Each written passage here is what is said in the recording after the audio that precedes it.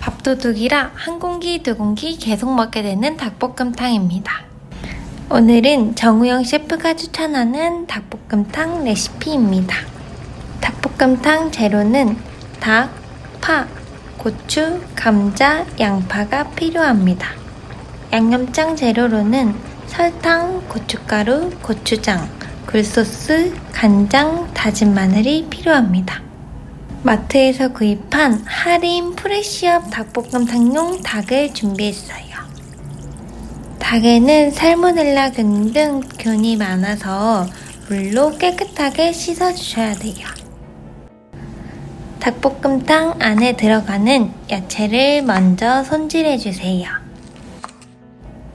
저는 대파 2개를 사용했어요. 대파 2개를 손가락 정도의 크기로 잘라주세요. 양파 하나도 손질해주세요. 양파 작은 크기 하나를 사용했어요. 반으로 잘라서 깍두썰기를 해주세요. 저는 너무 작게 잘라서 형태가 거의 보이지 않았어요. 건더기로 건져 먹고 싶으신 분들은 조금 더 크게 잘라주시는 게 좋아요. 감자칼로 껍질을 예쁘게 벗긴 감자도 손질해주세요.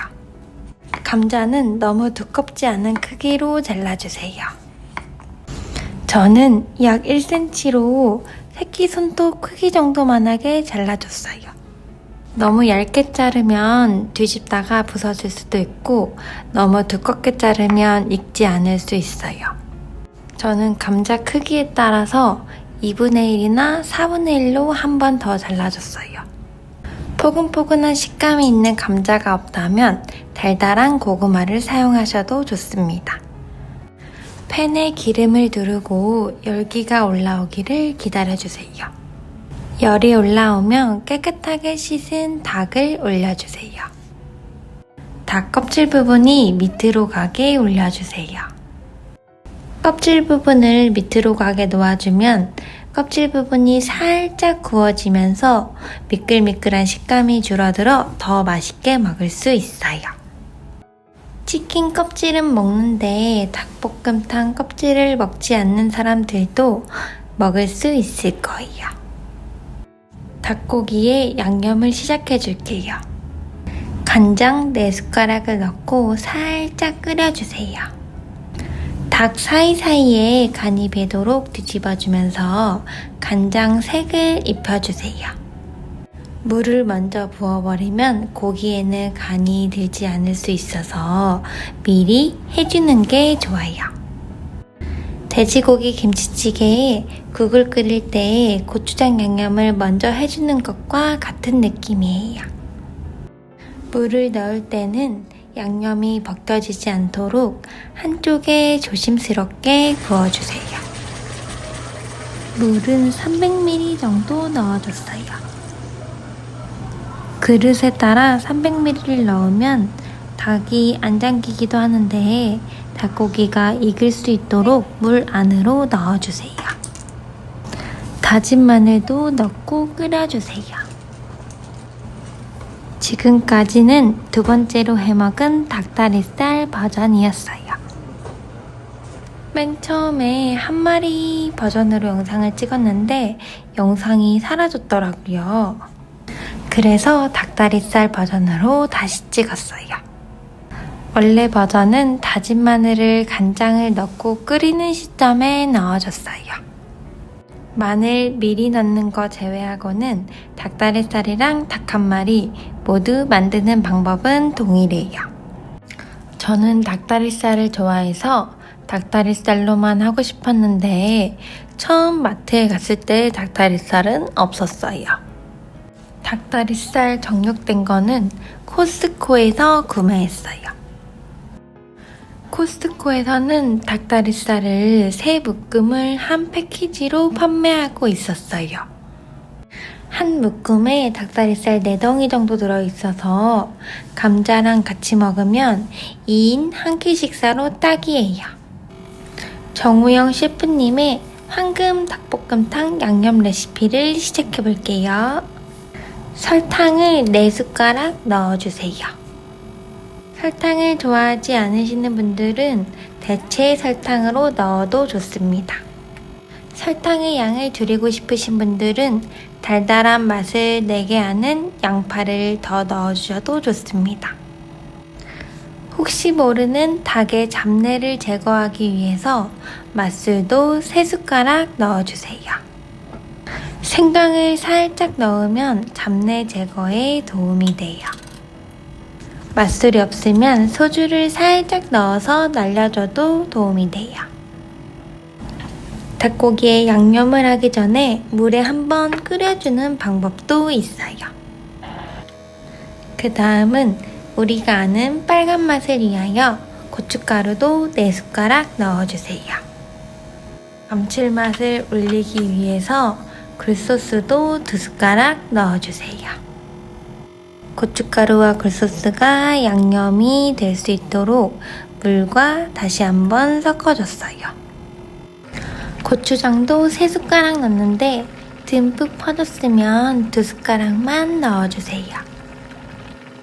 고추장이 양념에 잘 섞이도록 다시 한번 섞어주세요. 숟가락에 묻은 나머지 고추장 양념까지 야무지게 사용했어요. 닭볶음탕의 양념색이 점점 매콤함이 느껴지는 빨간색으로 바뀌고 있어요.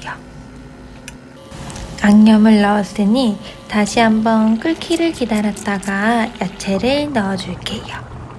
미리 손질해둔 감자는 닭고기가 없는 쪽으로 물에 잠길 수 있도록 넣어줄 거예요.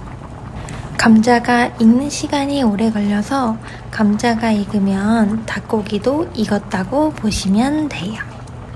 조금 더 빨리 먹고 싶으면 감자를 한 번 더 4등분하거나 깍둑 썰기 해주시는 것도 방법이에요. 감자가 없을 때 감자 대신 고구마를 넣어도 달달하고 포근한 맛을 느낄 수 있어요. 감자 다음에는 미리 손질해둔 양파를 넣어주세요. 건져 먹는 걸 좋아하시는 분들은 크게 손질해 주시는 게 좋아요. 이 정도 크기는 흐물흐물해져서 양념과 같이 떠먹는 수준이었어요. 파는 닭고기와 함께 건져 먹기 위해서 손가락 크기로 잘라줬어요. 손가락 크기로 잘라준 파도 넣어주세요. 매콤함을 좋아하시는 분들은 청양고추도 2개 정도 잘라서 넣어주세요. 저는 첫 번째에는 넣지 않았고 2번째 닭다리살 해먹을 때 청양고추를 넣어줬어요. 이제 먹음직스러운 빨간 닭볶음탕 비주얼이 나오기 시작했어요. 너무 재료들을 많이 넣어서 잠기지 않은 재료들이 있어서 물을 100ml 정도 추가해줬어요. 안 익을까봐 하는 걱정에 물을 너무 많이 넣으면 싱거워지거나 한강물이 되기 때문에 100ml 정도만 추가해주세요. 보글보글 끓기 시작하면 취향에 따라서 버섯이나 떡이나 라면 사리를 넣어 먹어도 좋아요. 제가 좋아하는 닭볶음탕 집에서는 꼭 라면 사리를 추가해서 먹었어요. 오늘은 닭볶음탕 국물을 먹어봤는데 밥 비벼 먹으면 너무 맛있을 밥도둑 맛이어서 라면 사리는 배부를까봐 패스했어요. 대신 한번 먹고 남은 국물에 다음날 라면 사리까지 넣어 먹었어요. 오늘 닭볶음탕은 정말 역대급으로 맛있어서 바로 닭다리살 버전으로 또 해 먹었어요. 녹진한 양념과 포근한 감자가 너무 잘 어울려서 밥도 2그릇이나 먹어버렸어요. 진짜 맛있으니까 여러분도 꼭 해 먹어보세요. 닭다리살을 좋아하시는 분들은 정육된 닭다리살로 만들어 먹으면 더 맛있어요. 동대문 엽기떡볶이에 엽떡보다는 엽기 닭도리를 좋아하는데 엽기 닭도리탕은 부위를 선택할 수 없어서 너무 아쉬워요. 다음에는 닭다리살로 닭볶음탕을 맵게 도전해봐야겠어요. 취향에 따라서 떡, 라면, 버섯 등 다양한 사리들을 추가해서 드셔보세요. 정우영 셰프님의 닭볶음탕 레시피는 정말 황금 레시피예요. 양념이 정말 밥도둑. 오늘 반찬은 닭볶음탕 해보세요.